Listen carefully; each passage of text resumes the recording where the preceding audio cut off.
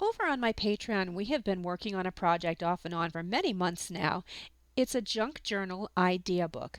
Those people in my top tier receive a craft kit every month, and they've received all of the supplies over the months, including this dangle, on how to make this idea book. Digitals, craft supplies, you name it. Everything in here. I think I even sent the covers at one point, an old book cover. Those in the middle tier receive just the videos and they use their own supplies. The link is below if you would like to join, because if you do, you will have access to all of the videos on how to make your own junk journal idea book. I love having a junk journal idea book on hand because it's a place to capture all of your ideas whenever you make something, like some piece of ephemera for a junk journal. Make two.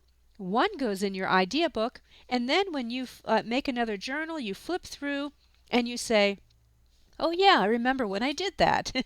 Now, that is really helpful for me because I sell my journals and I was having to go through videos to kind of remind myself of some of my techniques. So now I have three junk journal idea books that are packed full, and I thought I would make one with my Patreon. So it's been a lot of fun. I'm going to just flip through it and show you some of the things that we've made, and it won't have any talking, just music, and I hope you enjoy our project.